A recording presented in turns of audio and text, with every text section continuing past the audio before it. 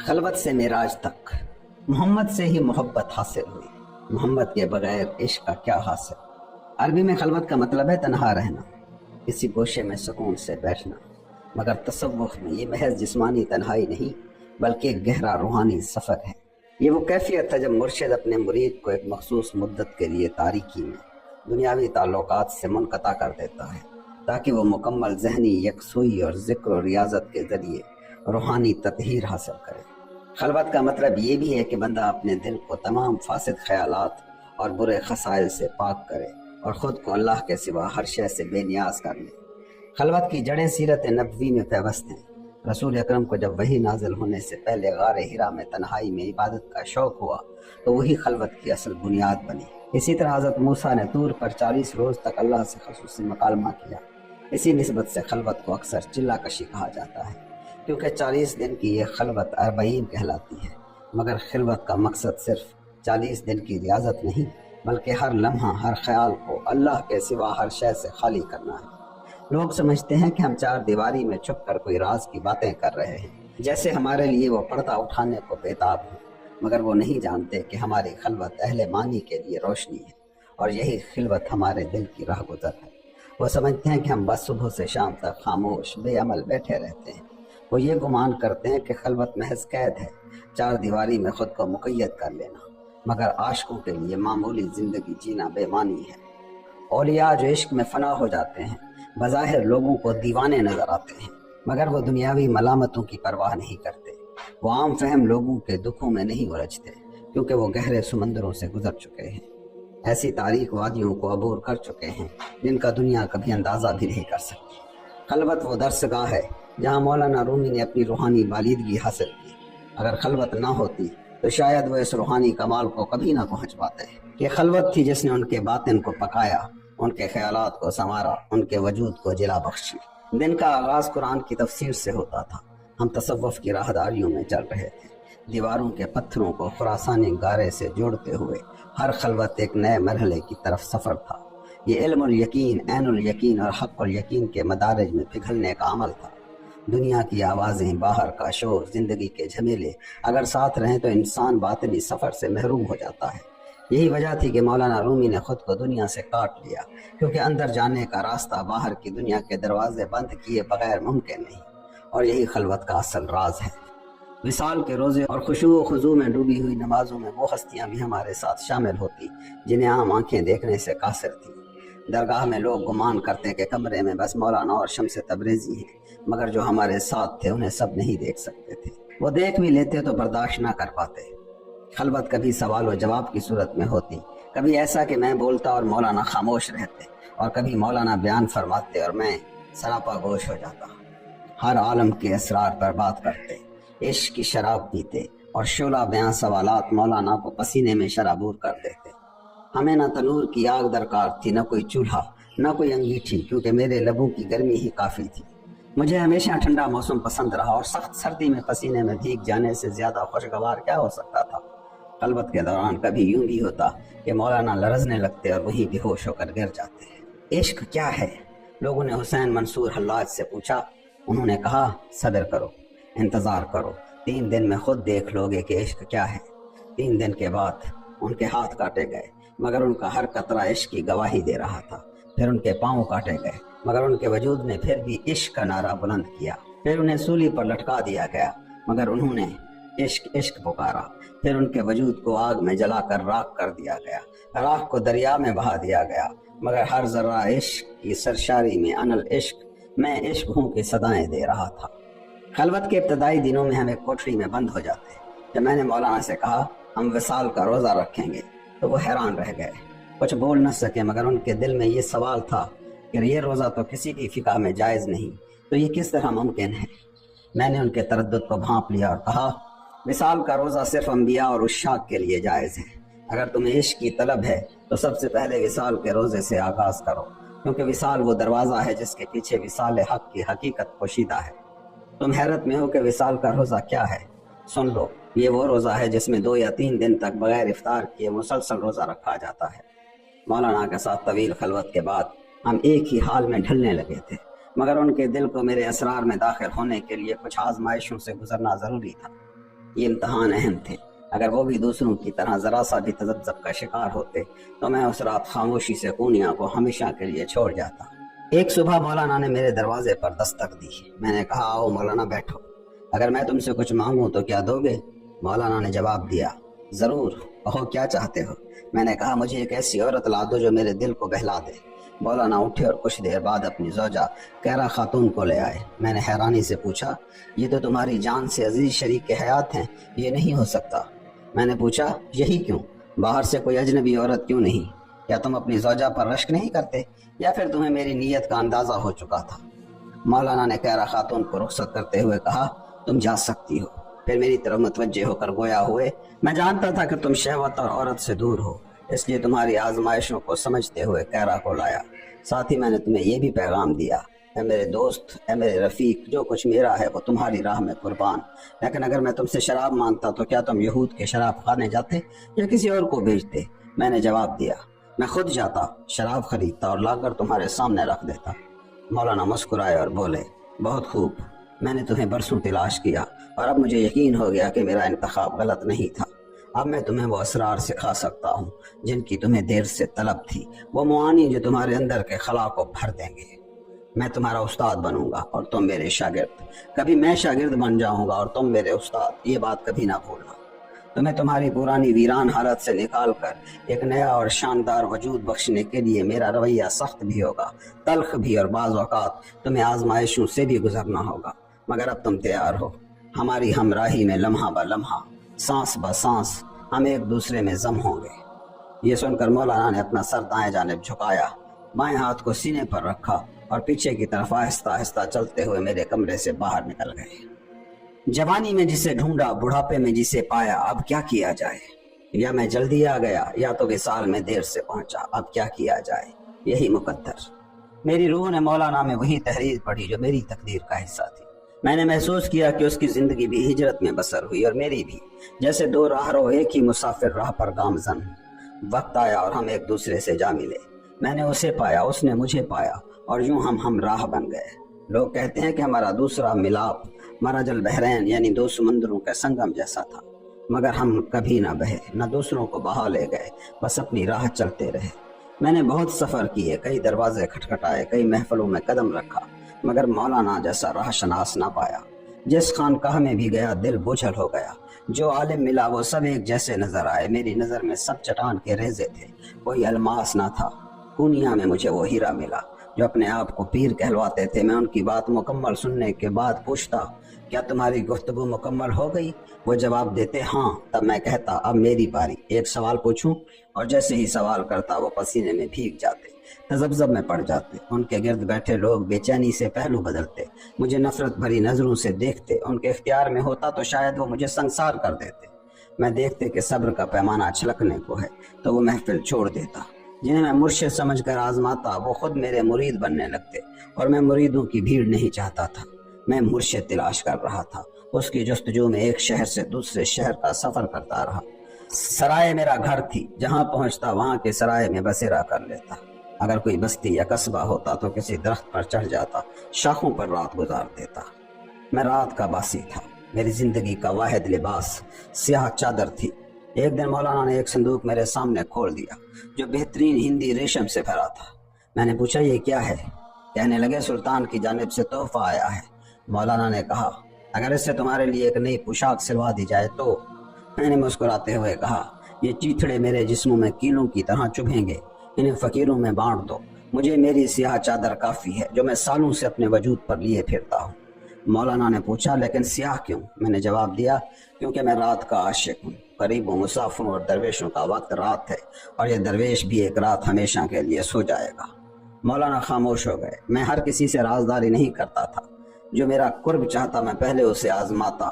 دوستی اور درویشی میں بڑا فرق ہے، بزدل کبھی دوست نہیں بن سکتا۔ جو کہتے ہیں کہ ہر چیز کی ابتدا عشق ہے، ان کے قبلے میں عشق کیوں نہیں؟ آؤ عشق کے راستے پر قدم رکھیں اور دیکھیں کہ اس راہ کے آخر میں کیا ہے مولانا۔ ہم مولانا کے ساتھ زمین پر آلتی پالتی مار کر بیٹھ گئے اور عشق کے اسرار پر بات ہونے لگی۔ میں جب سے یہاں آیا تھا جلال الدین کا دل آہستہ آہستہ اس رنگ میں رنگنے لگا تھا جس کی مجھے تمنا تھی۔ جب میں بولتا وہ اس قدر توجہ اور خاموشی سے سنتے کہ بعض اوقات مجھے لگتا کہ یہ یک طرفہ گفتگو بوجھل نہ ہو جائے۔ تب میں بات چیت کا انداز بدل دیتا، سوال و جواب کی شکل میں لے آتا۔ جانتے ہو مولانا، اللہ عشق نادانوں کو نہیں دیتا۔ کیوں؟ میں نے کہا کیونکہ اللہ چاہتا ہے کہ عشق صرف اسی کی ذات کے لیے مخصوص رہے۔ عشق اسی سے پیدا ہوتا ہے، اسی میں فنا ہوتا ہے۔ اس لیے اللہ سے عشق وہی ہے جو مضبوط اور ناقابل زوال ہو۔ یہ عشق دراصل اللہ کے ذکر میں مشغول رہنے، اس سے سچی دوستی رکھنے اور ہر اس چیز سے کٹ جانے میں ہے جو بندے کو اس کے رب سے دور کرتی ہے۔ مولانا نے سوال کیا، تو پھر عشق مقدم ہے یا اطاعت؟ میں نے جواب دیا، عشق کا آغاز اطاعت سے ہوتا ہے، مگر اطاعت اور عشق ایک جیسے نہیں۔ عشق کی بنیاد اطاعت ہے۔ اللہ اپنی عظمت کو ظاہر کرتا ہے اور یوں بندے کو اپنی اطاعت کی طرف کھینچتا ہے، پھر باوجود اس کے کہ وہ بے نیاز ہے، وہ اپنے بندے کو عشق کی لذت عطا کرتا ہے تاکہ وہ اسی کی طرف متوجہ ہو۔ تب یہ عشق خالص ہو جاتا ہے اور اللہ اسے اپنے خاص بندوں کے دل میں بسا دیتا ہے۔ یہاں سے عشق نور بن کر ان کے الفاظ پر چمکنے لگتا ہے، یہاں تک کہ اللہ انہیں فرشتوں کے سامنے پیش کرتا ہے اور کہتا ہے، یہ میرے وہ بندے ہیں جنہیں میں اپنے عشق کے راز عطا کرتا ہوں۔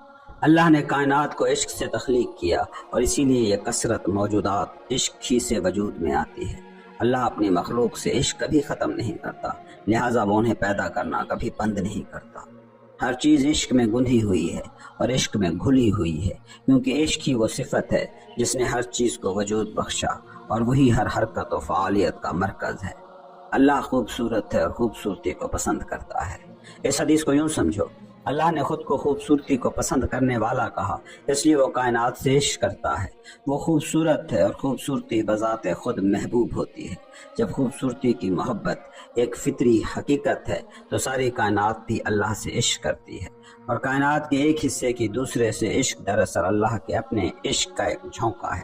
اللہ کے سوا نہ کوئی عاشق ہے نہ کوئی محبوب۔ محبوب کی تلاش عاشقوں پر فرض ہے۔ جیسے بہتے دریا اپنی موج میں سرگرداں رہتے ہیں، ہم بھی اسی کی نہر میں ڈوبتے بہتے مٹتے ہیں۔ اصل میں چاہنے والا وہی ہے، ہم تو محض سائے ہیں۔ اے وہ ذات جو ہر گفتگو میں صرف وہی بولتا ہے۔ کبھی ہم دریا کی طرح اس کے سمندر میں گونجتے، کبھی پانی کی بوند بن کر اس کے پیالے میں قید ہو جاتے۔ دوست دوست تو کہاں ہے، ہم چیختے، مگر وہیں بیٹھے ہوتے جہاں دوست موجود ہے۔ ہم اس کے پہلو میں ہوتے، مگر سرشاری میں بار بار پوچھتے تو کہاں ہے۔ کوئی بھی اپنے خالق کے سوا کسی سے سچا عشق نہیں کرتا، مگر وہی محبوب پردوں میں چھپ جاتا ہے۔ حور، مال، دنیا، شہرت، اقتدار، ہر وہ چیز جس سے ہم عشق کرتے ہیں، اسی کے نور کو چھپانے والے پردے ہیں۔ شاعروں نے اپنی شاعری کا خزانہ انہی دنیاوی چیزوں پر لٹا دیا، مگر وہ راز سے ناواقف رہے، جبکہ عارف جانتے ہیں کہ شکلوں اور صورتوں کے پردے کے پیچھے صرف اللہ چھپا ہے۔ کوئی نظم، کوئی غزل، کوئی قصیدہ جو اس کے سوا کسی کی تعریف کرتا نظر آئے، اصل میں وہ بھی اس کی شان کا اظہار ہے۔ ہم جن چیزوں سے امید رکھتے ہیں، ماں باپ، دوست، زمین آسمان، باغات، محلات، علم، کام، رزق، دولت، یہ سب محض پردے ہیں۔ انسان جب اس دنیا سے ازل و ابد کے بادشاہ کے حضور پہنچتا ہے اور یہ پردے ہٹ جاتے ہیں تو وہ دیکھتا ہے کہ حقیقت میں صرف وہی ایک ہے۔ تب ساری الجھنیں ختم ہو جاتی ہیں، تمام سوالات کے جواب مل جاتے ہیں اور ہر چیز روشن حقیقت کی طرح عیاں ہو جاتی ہے۔ عشق خوبصورت ہے کیونکہ یہ خدائی ہے، مگر اگر عاشق اپنے عشق کے اصل مرکز کو نہ پہنچے تو یہی عشق فریب، ایلیوژن، سراب بن کر پردہ بن جاتا ہے۔ عشق بے نیاز اللہ کی صفت ہے، اور جو کسی اور سے ہو وہ محض مجاز ہے، سراب ہے۔ دوسروں کی خوبصورتی تو بس سونے کا ملمہ ہے، باہر سے چمکدار مگر اندر سے صرف دھوئیں کی تاریکی۔ جب یہ چمک مٹ جاتی ہے اور دھواں ظاہر ہو جاتا ہے تو مجاز کا عشق برف کی طرح جم جاتا ہے۔ تب وہی حسن اپنے اصل منبع کی طرف پلٹ جاتا ہے اور انسان کے ہاتھ صرف بو، بوسیدگی اور راکھ رہ جاتی ہے۔ جیسے چاندنی واپس چاند میں سمٹ جائے اور تاریک دیواروں پر اس کی روشنی باقی نہ رہے۔